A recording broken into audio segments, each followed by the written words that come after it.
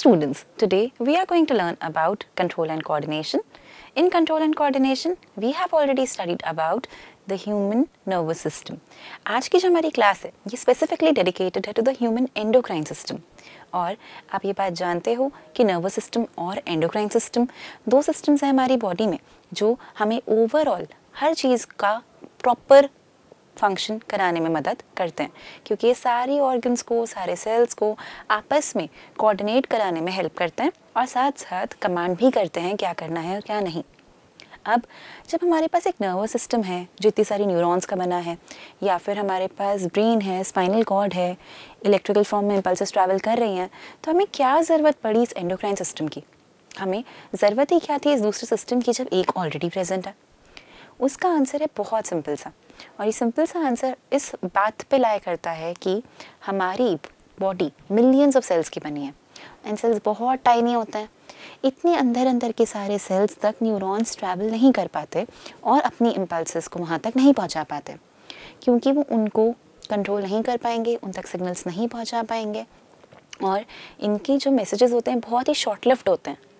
इस कारण से हमें एक दूसरे केमिकल मटेरियल की ज़रूरत पड़ती है जो ब्लड की हेल्प से जाए, हर सेल तक पहुँचे. ये जो दूसरा केमिकल सब्सटेंस है इसे हम कहते हैं हार्मोन. तो बेसिक रीज़न कि हमें एंडोक्राइन सिस्टम की ज़रूरत क्यों पड़ी वो इसी चीज़ में छुपा हुआ है कि हमारे जो नर्व फाइबर्स हैं वो न्यूरल कोऑर्डिनेशन बहुत ही क्विकली कराते हैं, बट ये होता है शॉर्ट लिव्ड और ये सारे सेल्स तक नहीं पहुँचते. They do not innovate every cell and the cellular function needs to be regulated. हमें पूरे टाइम इस चीज़ को रेगुलेट करना पड़ता है कि अभी क्या बनाना है, क्या नहीं बनाना है, किस मटेरियल को किस में कन्वर्ट करना है, क्योंकि अगर हमारी बॉडी में रिएक्शंस नहीं हुए तो हम लिविंग नहीं रह पाएंगे. So we need a proper mechanism to control this, and that is the reason why we require a chemical coordination also. And ये केमिकल कोऑर्डिनेशन कराया जाता है कुछ स्पेसिफिक ग्लैंड्स की हेल्प से. अब ये जो फंक्शन है ये कैरी आउट कराते हैं हॉर्मोन्स, और ये हॉर्मोन्स जहाँ से रिलीज़ हो रहे हैं वो ऑर्गन्स कहलाते हैं एंडोक्राइन ग्लैंड्स. तो हमारे पास केमिकल मैसेंजर्स हैं हॉर्मोन्स नाम के, और ये केमिकल मैसेंजर्स जहाँ से रिलीज़ हो रहे हैं वो हैं हमारे एंडोक्राइन ग्लैंड्स. जो न्यूरल सिस्टम है और एंडोक्राइन सिस्टम है दोनों साथ में मिलकर कोऑर्डिनेट कराएंगे और बॉडी के सारे फंक्शंस को एक एक करके रेगुलेट करेंगे. तो ये हुई हमारी कहानी कि हमें ये क्यों चाहिए. अब हम देख लेते हैं ग्लैंड्स के बारे में. देखो, ग्लैंड क्या होता है? ग्लैंड एक ऐसा ऑर्गन है जिसमें से कुछ मटेरियल सिक्रीट हो रहा है. तो ग्लैंड बेसिकली एपिथेलियल टिश्यूज़ के बने होते हैं. एपिथेलियल टिश्यू आपको याद होगा अगर, तो ये हमारे कवरिंग और प्रोटेक्शन वाले टिश्यूज़ थे. इसमें कुछ होते थे स्क्वैमस, कुछ होते थे हमारे कॉलमनर, कुछ होते थे हमारे क्यूबॉइडल. ये वाले जो हमारे क्यूबॉइडल एपिथेलियम है ये जब अपने आप को इन्वर्ट कॉइल कर लेते हैं तो ये कुछ इस तरीके से क्लोज्ड स्ट्रक्चर्स बनाते हैं जो स्ट्रक्चर्स कहलाते हैं ग्लैंड्स. ये जो ग्लैंड्स हैं ये फिर एक फंक्शन परफॉर्म करने लगते हैं. ये कहते हैं अब हम life long certain materials produce करेंगे, सिक्रीट करेंगे. ये जो प्रोडक्शन और सिक्रीशन का काम हमारे ये ग्लैंड्स करते हैं, इस चीज़ के कारण ये ग्लैंड कहलाते हैं या ये ऑर्गन ग्लैंड कहलाने लगते हैं. तो एक ग्लैंड ऐसे होते हैं जो अपना सिक्रीशन एक डक्ट के थ्रू एक स्पेसिफिक एरिया में रिलीज़ करते हैं. जैसे कि इनने जो भी बनाया उसको डायरेक्ट इस ओपनिंग के थ्रू यहीं पर रिलीज़ किया. और दूसरे होते हैं वो जो अपने सिक्रीशन को किसी डायरेक्ट ओपनिंग से रिलीज़ नहीं करते. ये अपने सिक्रीशन को डायरेक्टली रिलीज़ करते हैं ब्लड में, और उसके बाद ये मटेरियल ब्लड की हेल्प से ट्रांसफ़र होता है. तो ये वाले जो ग्लैंड्स हैं जिनमें डक्ट है इन्हें हम कहते हैं एक्सोक्राइन ग्लैंड और द डक्ट ग्लैंड्स. तो इनके पास डक्ट होते हैं और ये कहलाते हैं एक्सोक्राइन क्योंकि इनकी एक ओपनिंग एक्सटर्नल प्रेजेंट है. ये ग्लैंड्स जो मटेरियल सिक्रीट करते हैं वो होते हैं सर्टेन जूसेस या फिर सर्टेन एंजाइम्स. तो इनका काम है अलग अलग जूसेस सिक्रीट करना, डिफरेंट टाइप के एंजाइम सिक्रीट करना. ऑन द अदर हैंड ये जो हमारा सेकेंड टाइप का ग्लैंड है this is known as the endocrine gland. तो ये है हमारा एंडोक्राइन ग्लैंड, और एंडोक्राइन ग्लैंड का फंक्शन है to secrete chemical messengers. We call these chemical messengers as hormones. तो ये केमिकल मैसेंजर्स या हॉर्मोन्स रिलीज करते हैं. और कहाँ रिलीज़ करेंगे? They will be releasing them directly into the blood. ये उसको कहीं स्पेसिफिक ओपनिंग से सिक्रीट नहीं करने वाले, ये उसे डायरेक्टली ब्लड में दे देंगे। And these hormones they are gonna travel to various cells of your body via blood. तो ब्लड इन्हें आपकी बॉडी के अलग अलग सेल तक, अलग अलग टिश्यू तक, डिफरेंट टारगेट ऑर्गन्स तक लेके जाएगा। So it is the function of the endocrine gland to release the hormones, and these hormones will then travel to various target organs of your body with the help of blood. तो यही है हमारा endocrine gland. हमेशा चारों तरफ इसके capillaries present रहती हैं ताकि मटेरियल आसानी से डिफ्यूज़ हो जाए उसमें, और फिर उसके बाद बॉडी के अलग अलग पार्ट्स तक जहाँ पर इनको अपना एक्शन दिखाना है वहाँ तक इन्हें पहुँचा सकें। तो ज़रूरी नहीं है हर हार्मोन हर ऑर्गन पे अपना एक्शन दिखाए। जिन भी पर्टिकुलर ऑर्गन्स पे अपना एक्शन दिखाना चाहता है उन ऑर्गन्स को हम टारगेट ऑर्गन्स कहते हैं। मल्टीपल ऑर्गन्स इनकी टारगेट हो सकती हैं। हो सकता है उस हार्मोन को एक साथ किडनी पे, आपके हार्ट पे और आपकी लंग्स पे काम करना है, तो तीनों जगह ब्लड इस चीज़ को पहुंचाएगा। तो ये है हमारे एंडोक्राइन ग्लैंड। जो सिक्रीट करते हैं उस केमिकल को हम कहते हैं hormone. So hormone are chemical messengers.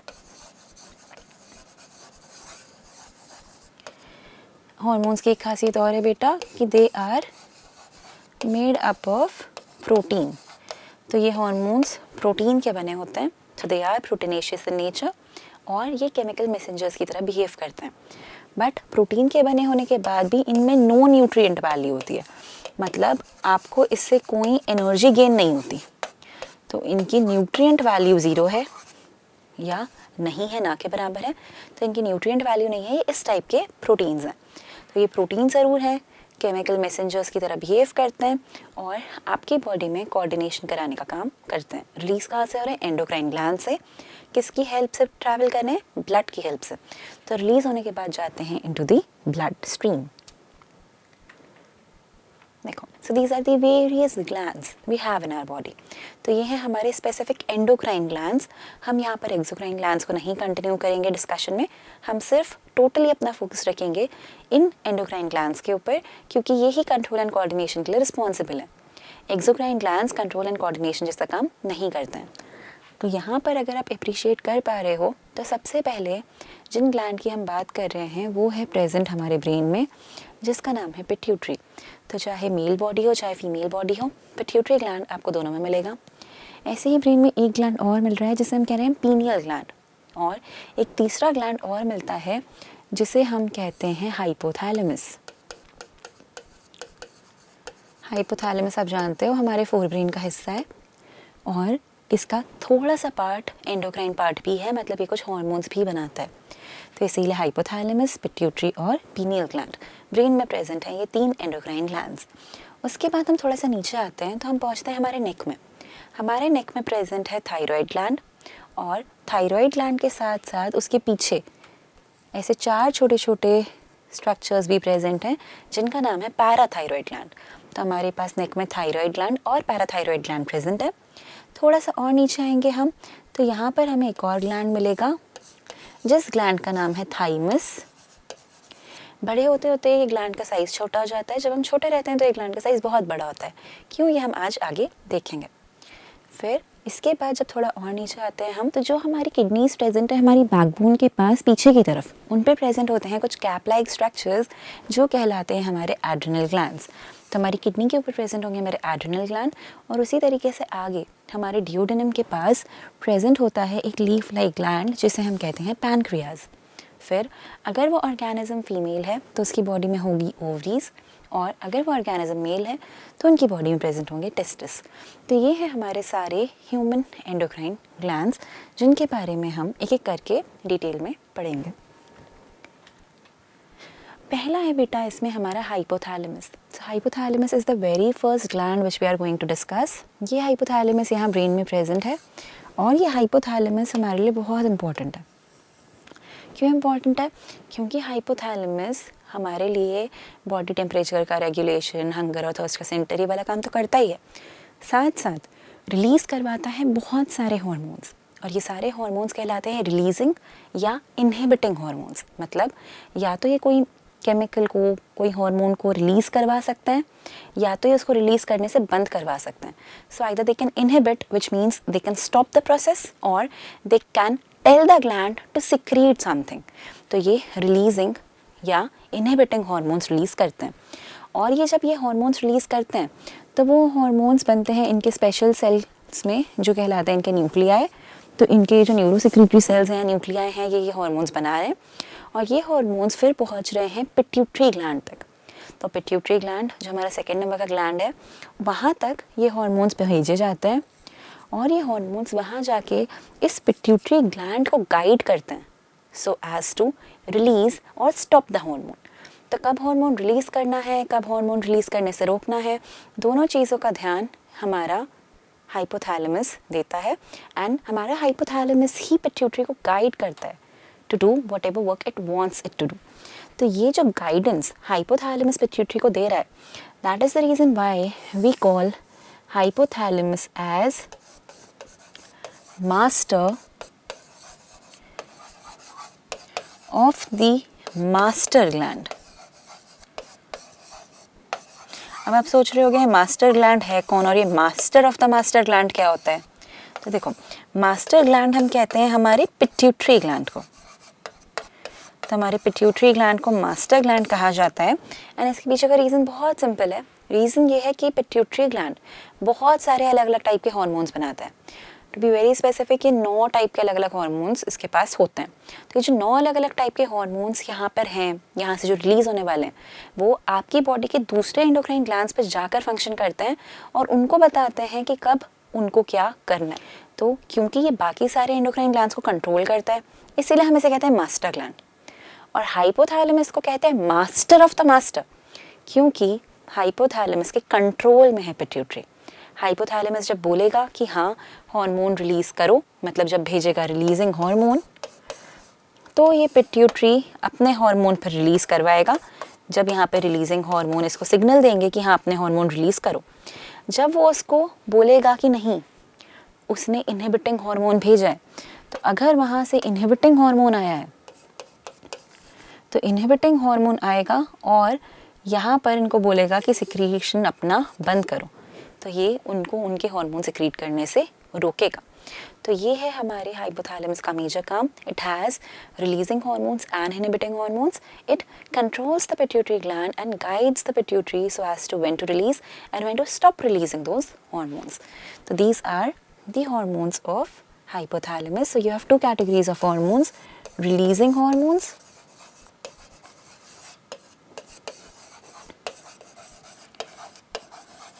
and the second category is inhibiting hormones.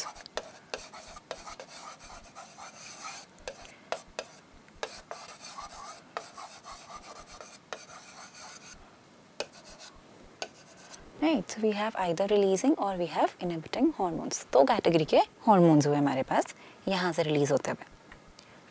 Now कैसे हो रहा है ये काम? हाइपोथैलेमस ने जैसे ही रिलीजिंग हार्मोन भेजे तो पिट्यूटरी ग्लैंड के 2 मेजर पार्ट्स होते हैं, एंटीरियर और पोस्टीरियर. एंटीरियर पिट्यूटरी को जैसे ही पता चला उसने अपने हार्मोन्स रिलीज कराना स्टार्ट कर दिए और भेज दिए अपने टारगेट ऑर्गन्स तक. बट अगर उल्टा हो रहा है कि वो भेज रहा है अपने, इस कलर से ही बनाती हूँ कन्फ्यूजन कम रहेगा, राइट. अगर ऐसा हो रहा है कि वो भेज रहा है अपने इनहिबिटिंग हार्मोन, मतलब ऑफ करने वाले, तो वो इसको बोलेगा नहीं स्टॉप करो, कुछ भी रिलीज़ नहीं कराना है. तो फिर ये इसके आगे कोई कुछ भी चीज़ को रिलीज़ नहीं कराएगा और दूसरे ग्लैंड्स तक किसी भी चीज़ को नहीं भेजेगा, कोई भी टारगेट ऑर्गन तक कोई भी हार्मोन नहीं पहुंच पाएगा. So this is how the hypothalamus and the pituitary they work together. तो ये एक यूनिट की तरह काम करते हैं. और अगर आपने अप्रिशिएट किया होगा तो हाइपोथैलेमस और पिट्यूटरी एक दूसरे से जुड़े हुए भी हैं. ये रहा हमारा हाइपोथैलेमस, ये है नीचे हमारा पिट्यूटरी ग्लैंड. तो हाइपोथैलेमस और पिट्यूटरी ग्लैंड इस पोर्शन से जुड़े हुए हैं. इस पोर्शन को हम कहते हैं इन्फंडिबुलम. तो ये इसको जोड़ के रखता है. और यहाँ पर अगर आप देखोगे तो आपको पता चलेगा कि हमारा जो हाइपोथैलेमस है वो अपने हार्मोन्स ब्लड में रिलीज़ करता है ताकि वो एंटीरियर पिट्यूटरी में जा सके और वहाँ पे अपना काम करा सके. बट हाइपोथैलेमस के जो हार्मोन्स पिट्यूटरी में जाने हैं पोस्टीरियर वाली, मतलब पीछे वाली, वो ब्लड में रिलीज़ नहीं होते. वो वाले hormones hypothalamus directly posterior pituitary में भेजता है. कैसे? अपनी नर्व एंडिंग्स के थ्रू, मतलब उसका न्यूरॉन खुद डायरेक्टली पोस्टीरियर पिट्यूटरी तक जाता है और वहाँ पर अपने हार्मोन्स रिलीज करता है। तो ये भी एक डिफरेंस है between anterior and posterior pituitary के हार्मोन में। जो एंटीरियर पिट्यूटरी के पास जाने हैं वो ब्लड के थ्रू जा रहे हैं, ठीक है, मतलब portal circulation, directly blood circulation के थ्रू। एंड जो पोस्टीरियर पिट्यूटरी में जा रहे हैं वो डायरेक्ट न्यूरल कंट्रोल से जा रहे हैं, मतलब डायरेक्ट न्यूरॉन्स उसको वहाँ तक पहुँचाएंगे। अब आ जाता है हमारा मास्टर ग्लैंड, जो कि है पिट्यूटरी ग्लैंड। अब ये पिट्यूटरी ग्लैंड हमारे ब्रेन में प्रेजेंट है, जिस बोनी कैविटी के अंदर है। इस बोनी कैविटी को हम कहते हैं सेला टर्सिका। तो ये एक सेला टर्सिका नाम की बोनी कैविटी के अंदर रहता है। ये छोटा सा पी जैसा दिखने वाला ग्लैंड है, इसीलिए इसे पिट्यूटरी ग्लैंड कहा। अब इसके भी दो पोर्शंस हैं, जैसे हमें यहाँ दिख ही रहा है, एक है एंटीरियर और एक है पोस्टीरियर। तो ये एंटीरियर और पोस्टीरियर पिट्यूटरी, इसके पास बहुत सारे हार्मोन हैं। स्पेसिफिकली एंटीरियर के पास बहुत सारे हार्मोन्स हैं, जिनमें से सबसे इम्पॉर्टेंट हार्मोन जो है उसका नाम है ग्रोथ हार्मोन।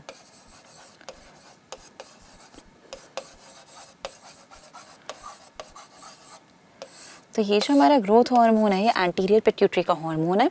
और ग्रोथ हार्मोन हमारी बॉडी में जब रिलीज होता है तो हमारी बॉडी की ग्रोथ कराता है। तो अगर ग्रोथ हार्मोन ज़्यादा रिलीज हो रहा है तो क्या होगा? तो ऑर्गेनिज्म जॉइंट हो जाएगा एकदम लंबा सा। अगर ग्रोथ हार्मोन कम सिक्रीट हो रहा है तो ऑर्गेनिज्म छोटा सा रह जाएगा, जिसे हम कहेंगे डिवॉर्फिज्म। तो ग्रोथ हार्मोन अगर नॉर्मल क्वांटिटी में है तो आप नॉर्मल हो। अगर आपकी बॉडी में बहुत ज़्यादा सिक्रीट हुआ था तो आप काफ़ी टॉल हो, 7 फीट के भी हो सकते हो, तो हम उस कंडीशन को कहते हैं जाइजेंटिज्म। अगर बहुत कम रिलीज हुआ था तो आप बौने भी हो सकते हो, जिसे हम कहते हैं डिवॉर्फिज्म। तो आप अगर बहुत छोटे हो हाइट में तो ये आपके हार्मोनल प्रॉब्लम के कारण है, और अगर आप बहुत लंबे हो तो वो भी आपकी एक हार्मोनल प्रॉब्लम के कारण है कि ग्रोथ हार्मोन बहुत ज़्यादा सिक्रीट हुआ था। तो अगर ग्रोथ हार्मोन का सिक्रीशन बहुत ज़्यादा है तो हम इसे कहते हैं जाइजेंटिज्म।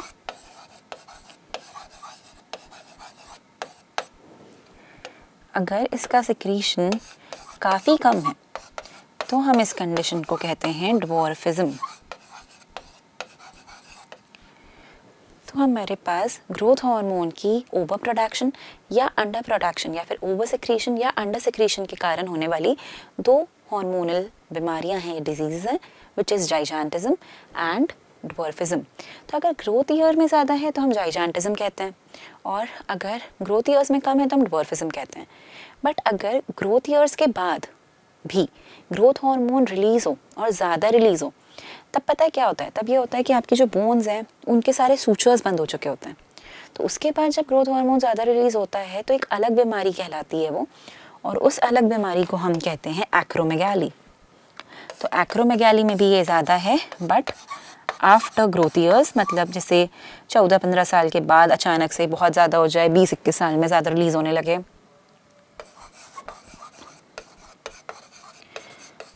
तो ग्रोथ ईयर्स के बाद ज़्यादा है तो जो बीमारी कॉज कर रहा है उसे हम कहेंगे एक्रोमेगाली। और एक्रोमेगाली में क्या होता है पता है? आपका फेस जो है वो ऐसे थोड़ा चिंपैंजी टाइप हो जाता है, कहीं कहीं से अजीब सी बोन निकलने लगती है, हाथ पैर अब नॉर्मली लंबे होने लगते हैं, बाकी बॉडी कंपैरेटिवली उतनी लंबी नहीं रहती।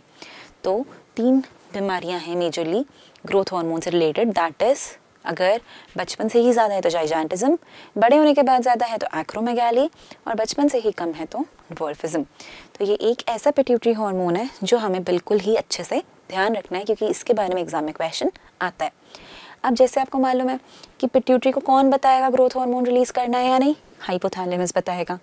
तो जब हाइपोथैलेमस से रिलीज़ होगा ग्रोथ हार्मोन, रिलीजिंग हार्मोन, तब जाके एंटीरियर पिट्यूटरी रिलीज़ करेगी अपना ग्रोथ हार्मोन।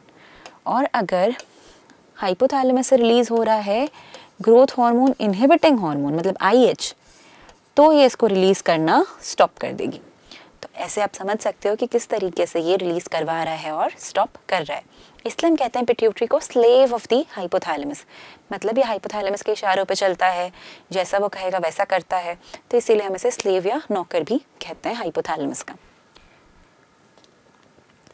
बहुत सारे हॉर्मोन्स हैं बेटा पिट्यूटरी ग्लैंड के, बट सिंस ये हमारे सिलेबस में नहीं है so we should not go very deep into this, but you should know कि ओवरऑल एंटीरियर पिट्यूटरी में काफ़ी हॉर्मोन्स हैं जो वो खुद सिक्रीट करता है और रिलीज़ करता है, वेयर एज पोस्टीरियर पिट्यूटरी खुद से कोई हार्मोन सिक्रीट नहीं करता, बट हाइपोथैलेमस में बने दो हार्मोन्स को स्टोर करके रखता है और वहाँ से रिलीज़ ज़रूर होता है वो।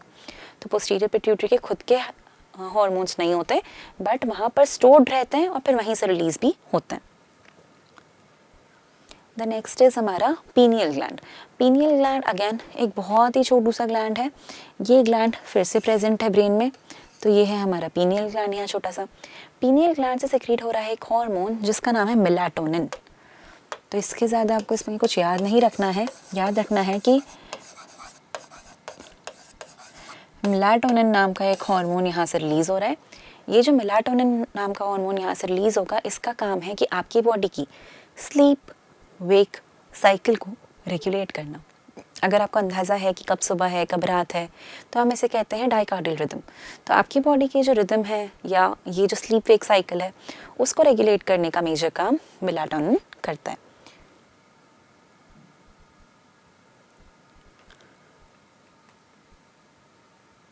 नेक्स्ट है हमारा थायराइड ग्लैंड।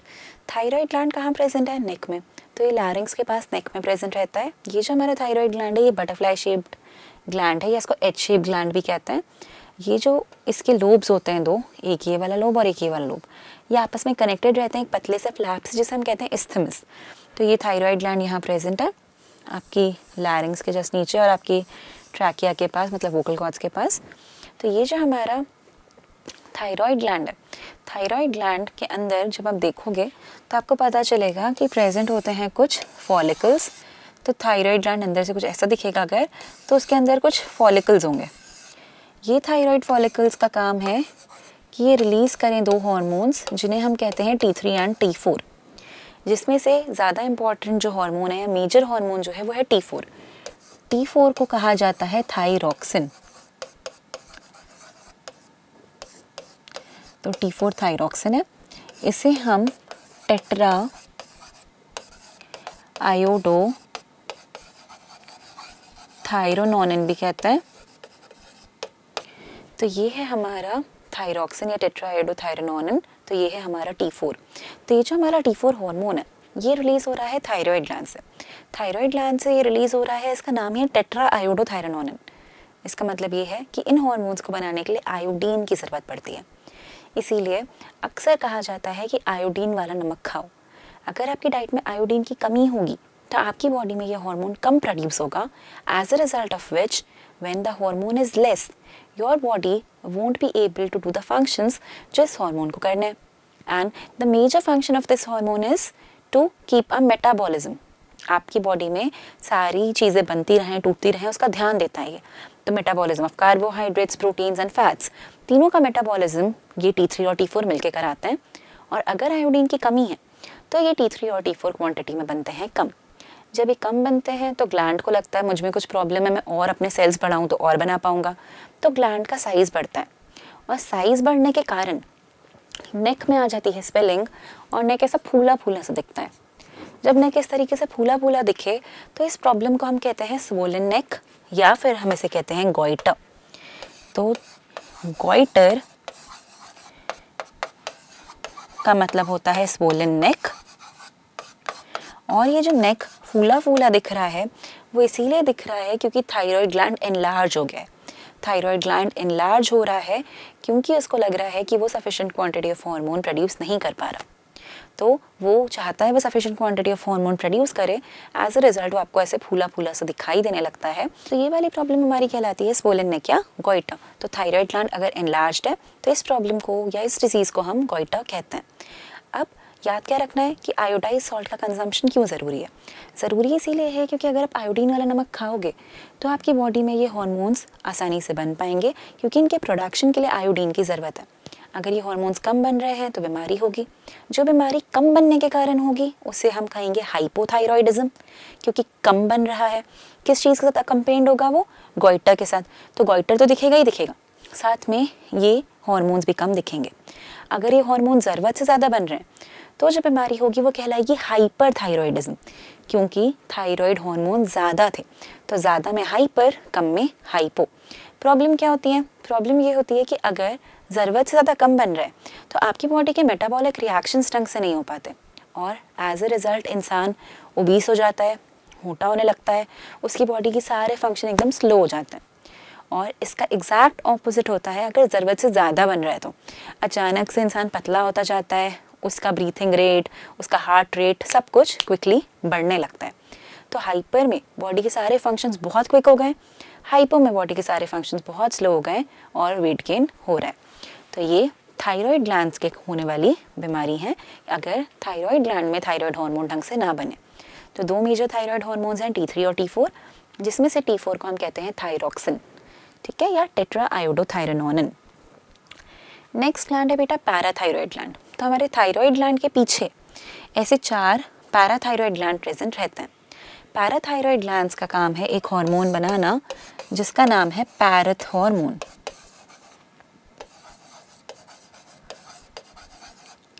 ठीक है, तो इसको हम पीटीएच भी कहते हैं या पैरथ हार्मोन भी कहते हैं।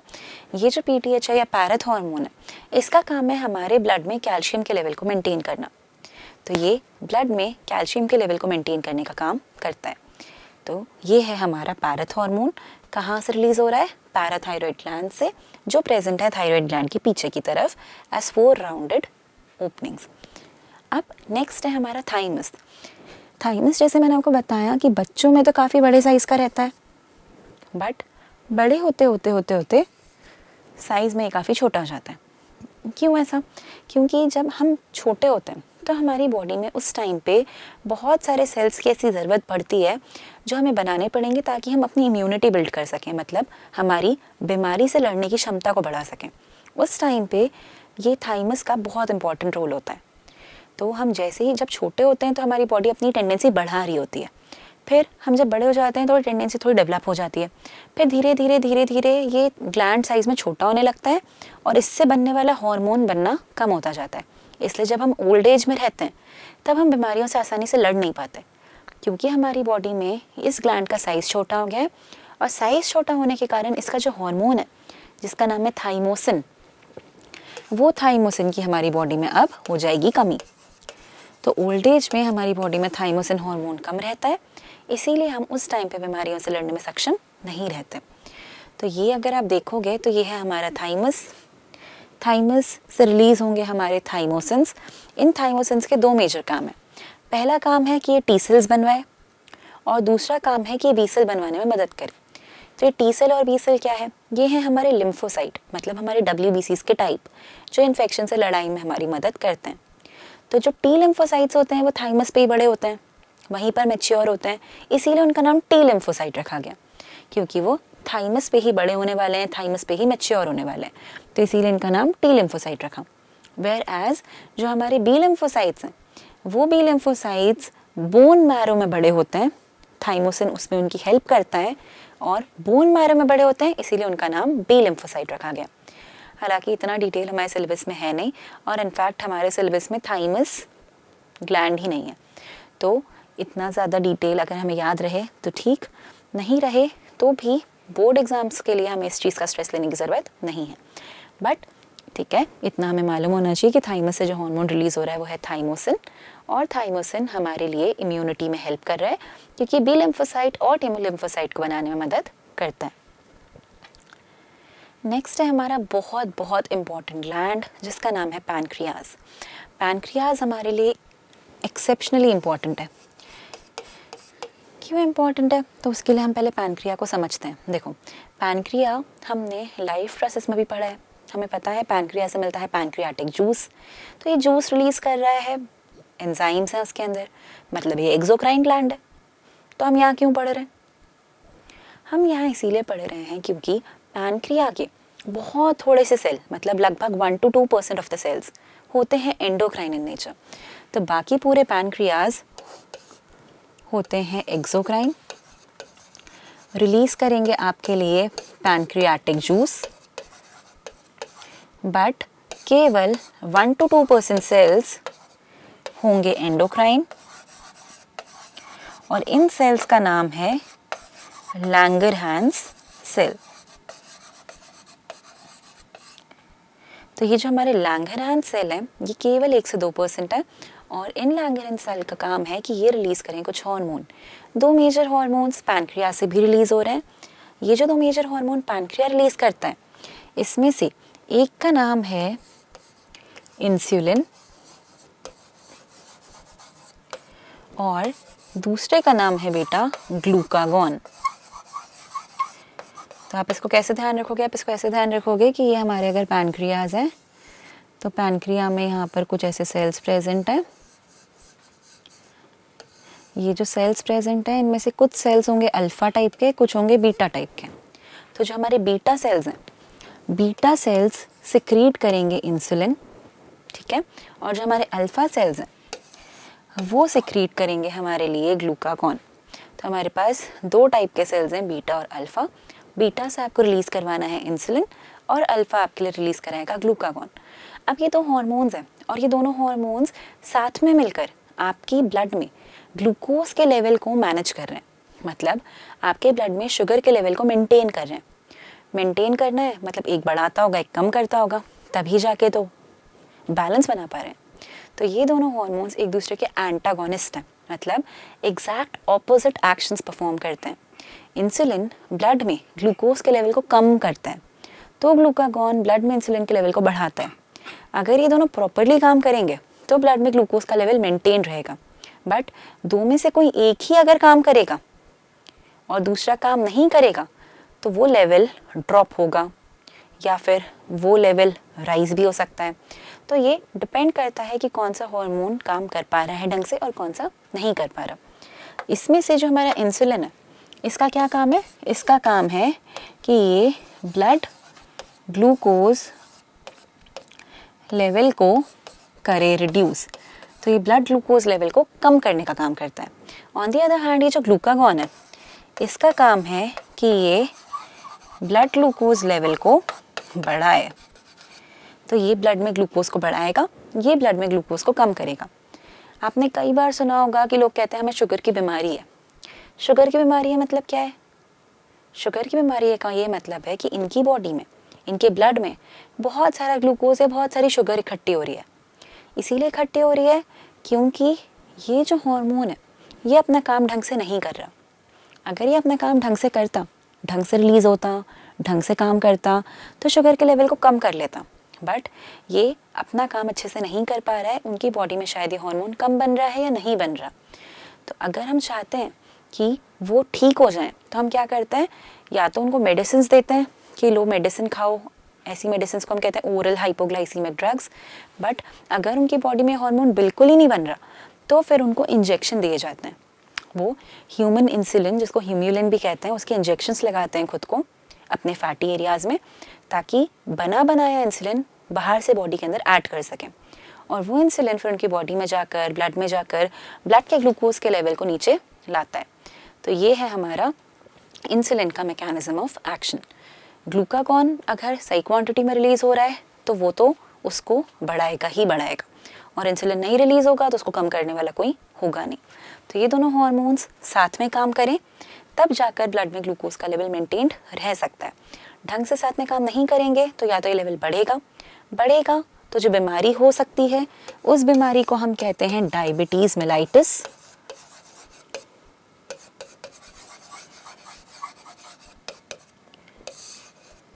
ठीक है, तो अगर ये हार्मोन जो इंसुलिन था ये नहीं प्रोड्यूस हो रहा, ब्लड शुगर लेवल बढ़ रहा है, तो जिसको हम नॉर्मल भाषा में शुगर की बीमारी कहते हैं, वो है हमारी डायबिटीज़ मेलाइटिस। अब हमारा जो नेक्स्ट ग्लैंड है वो है हमारा एड्रिनल ग्लैंड। देखो एड्रिनल ग्लैंड कहाँ प्रेजेंट है? प्रेजेंट है हमारी किडनीज के ऊपर। तो ये कैप शेप स्ट्रक्चर्स किडनी के ऊपर प्रेजेंट है। इनसे भी काफ़ी सारे अलग अलग टाइप के हार्मोन रिलीज होते हैं, जिसमें सबसे इंपॉर्टेंट हार्मोन हमारे लिए है जिसका नाम है एड्रेनलिन। और एड्रेनलिन रिलीज होता है इस अंदर के पार्ट से, मतलब मेडुला से।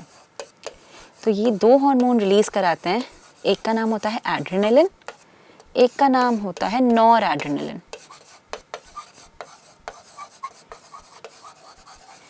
एड्रेनलिन को बेटा हम एपिनेफ्रिन भी कहते हैं, नॉर एड्रेनलिन को हम नॉर एपिनेफ्रिन भी कहते हैं।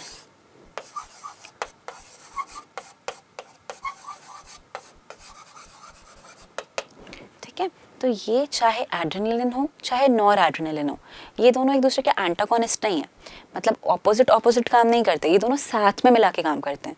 तो एक दूसरे के सिनर्जिस्ट हैं, मतलब जो साथ में मिलकर किसी चीज़ पे फोकस कर रहे हैं। तो ये दोनों हार्मोन साथ में मिलाकर आपकी हेल्प कर रहे हैं, आपकी बॉडी की हेल्प कर रहे हैं, ताकि आपकी बॉडी किसी भी इमरजेंसी सिचुएशन से कोप अप कर सके। इमरजेंसी सिचुएशन क्या होती है बॉडी के लिए?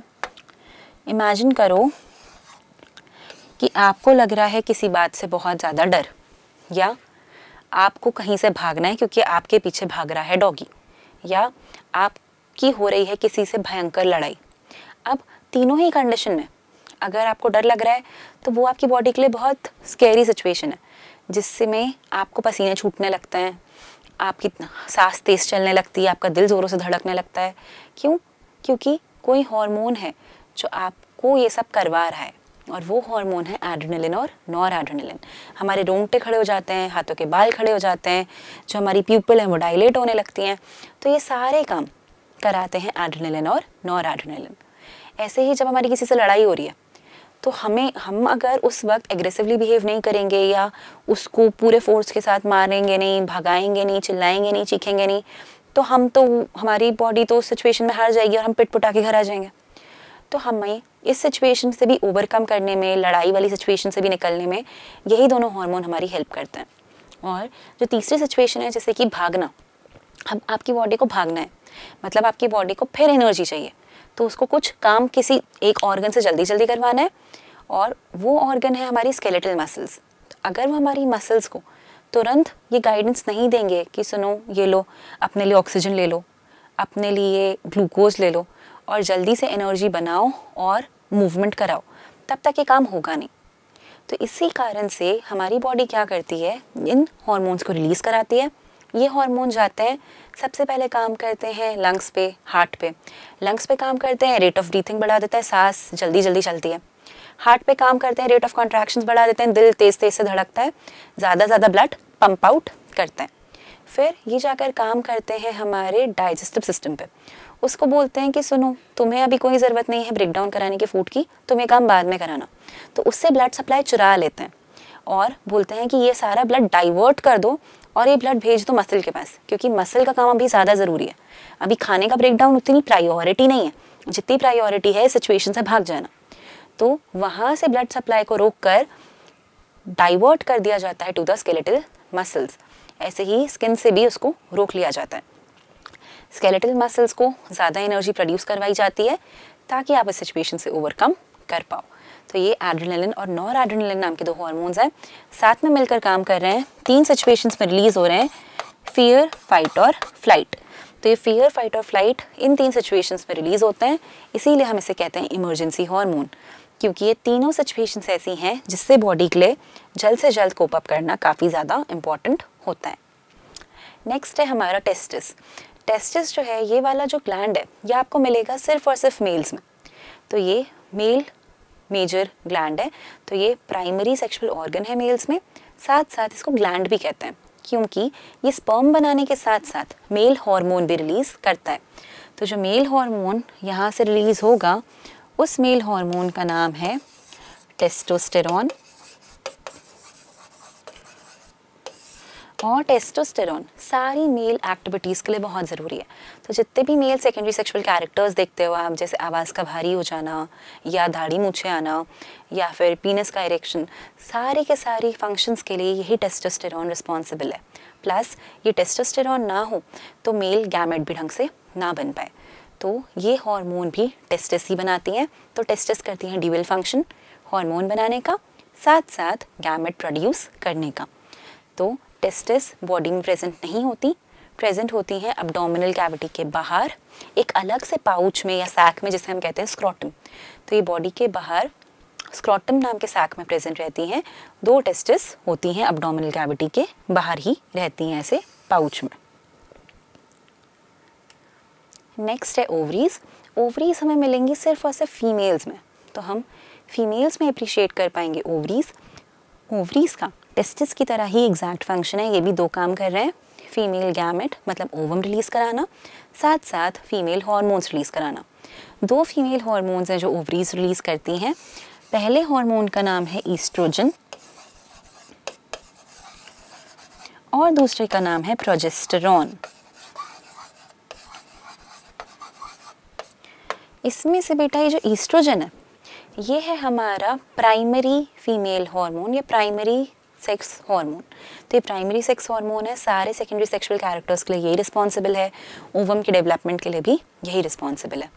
और ये जो हमारा दूसरा हार्मोन है प्रोजेस्टेरॉन, ये हार्मोन कहलाता है प्रेगनेंसी हार्मोन।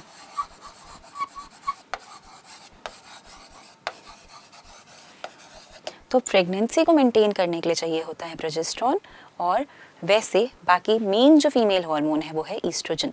तो ये दो हार्मोन्स हैं जो फीमेल बॉडी में ओवरी से रिलीज हो रहे हैं, ओवरी एब्डोमिनल कैविटी के अंदर ही प्रेजेंट होती हैं, पेल्विक रीजन के पास। अब हम पढ़ेंगे हमारा लास्ट टॉपिक जिसे हम कहते हैं द फीडबैक मैकेनिज्म। देखो फीडबैक क्या है, क्योंकि हार्मोन केमिकल मैसेंजर्स हैं, अलग अलग ऑर्गन्स को जाके अलग अलग चीज़ें बता रहे हैं, तो ये बात बहुत ऑब्वियस ही है कि इनको एकदम प्रिसाइज क्वांटिटी में रिलीज़ होना ज़रूरी है। ज़रूरत से ज़्यादा रिलीज़ होते हैं बीमारी कर देते हैं, कम रिलीज़ होते हैं बीमारी पहुंचा देते हैं। तो कुछ ऐसा मैकेनिज्म होना चाहिए जो ये चीज़ समझ पाए कि कब कितना रिलीज़ कराना है, कब रुक जाना है। तो ये जो मैकेनिज्म है ये कहलाता है फीडबैक। मतलब हमारी बॉडी ये खुद से समझती है कि कब हार्मोन ज़्यादा है, कब हार्मोन कम है। तो इसका एग्जाम्पल आप देख सकते हो पैनक्रियास के एग्जाम्पल्स हैं। जैसे कि जैसे ही आपने खाना खाया या आपकी बॉडी में ग्लूकोज का लेवल बढ़ा, तो जैसे ही ब्लड ग्लूकोज लेवल राइज होगा आपके पैनक्रियास के पास सिग्नल जाएगा। पैनक्रिया क्या करेगा बदले में, रिलीज करवाएगा इंसुलिन, तो होगा इंसुलिन रिलीज। अब ये जो इंसुलिन रिलीज होगा इसे क्या करना है, ब्लड में से इस ग्लूकोज को गायब करना है। ब्लड में से अगर ग्लूकोज को गायब करना है तो बॉडी को सबसे ईजी ऑप्शन क्या दिखता है कि लिवर को बोल दो ग्लूकोज को स्टोर कर ले। तो लिवर क्या करेगा, ग्लूकोज को कन्वर्ट करेगा into the storage form glycogen. तो ग्लूकोज पूरा का पूरा ग्लाइकोजन में कन्वर्ट होगा और स्टोर हो जाएगा जाके लिवर में। तो इस तरीके से ब्लड में ग्लूकोज का लेवल नॉर्मल हो जाएगा। तो ब्लड में ग्लूकोज का लेवल अब नॉर्मल हो गया है। अब क्या हुआ, अगर ये करता ही गया इसको ग्लाइकोजन में कन्वर्ट और रुका नहीं, तो क्या होगा, फिर से हमारे पैनक्रियास को समझ आएगा कि ब्लड में ग्लूकोज का लेवल कम होता जा रहा है। अब हमारे पैनक्रियास क्या कहेंगे, वो कहेंगे इंसुलिन को कि भैया तुम रिलीज करना बंद करो। तो वो इंसुलिन को कहेंगे कि अब तुम्हारी ज़रूरत नहीं है, तुम्हारा काम खत्म है, तुम रुक जाओ। और बोलेंगे ग्लूकागन को कि चलो ग्लूकागन तुम अब उल्टा काम करो। तो ये ग्लूकागन बदले में लिवर को बोलेगा भैया प्लीज़ जो ग्लाइकोजन स्टोर किया इसको थोड़ा बहुत ग्लूकोज में कन्वर्ट कर दो, ब्लड में डाल दो, हमें ब्लड में ग्लूकोज का लेवल नॉर्मल करना है। तो ये उल्टा बोलेगा लिवर को और स्टोर्ड ग्लाइकोजन को ग्लूकोज में कन्वर्ट करा लेगा ताकि वापस ये लेवल नॉर्मल हो जाए। तो ये जो पूरा मैकेनिज्म चल रहा है कि पहले समझो क्या ज़्यादा है, फिर उसको कम करो, फिर ज़्यादा कम हो जाए तो फिर उल्टा काम करो, तो ये पूरा का पूरा मैकेनिज्म फीडबैक है। तो एक हार्मोन को काउंटर प्ले करने के लिए एक दूसरा हार्मोन भी है, और दोनों जब साथ में मिलकर ढंग से काम कर रहे हैं, ब्लड में अलग अलग रिसेप्टर्स प्रेजेंट हैं, बॉडी में अलग अलग रिसेप्टर्स हैं जो ये चीज़ डायग्नोस कर रहे हैं कि क्या ज़्यादा है, क्या कम है, कब क्या रिलीज़ करवाना है, कितनी क्वांटिटी में रिलीज़ कराना है। इसी चीज़ को हम कहते हैं द फीडबैक मैकेनिज्म। तो फीडबैक मैकेनिज्म में यही होगा कि टाइमिंग को, क्वांटिटी को रेगुलेट किया जाएगा और समझा जाएगा कि कितना अमाउंट ज़रूरत है और कितने समय तक उसकी ज़रूरत है। That is it. Thank you.